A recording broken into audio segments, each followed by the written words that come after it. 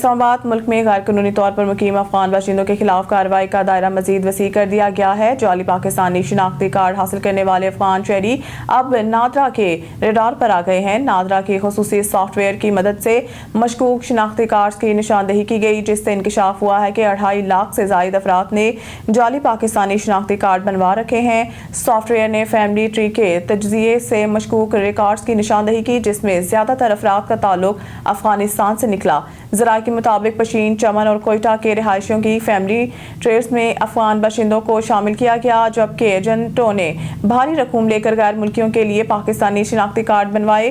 नादरा हुकाम के मुताबिक जाली शिनाख्ती कार्ड रखने वालों के कार्ड खुद कार निज़ाम के तहत ब्लॉक होना शुरू हो गए हैं। ब्लॉक शुदा कार्ड के हामिल अफराद को नादरा दफातर में जाकर अपनी तस्दीक करने की हदायत की गई है और मुकर्रर मुद्दत में तस्दीक न कराने की सूरत में इनकी शिनाख्ती कार्ड मुस्तकिल तौर पर मनसूख कर दिए जाएंगे।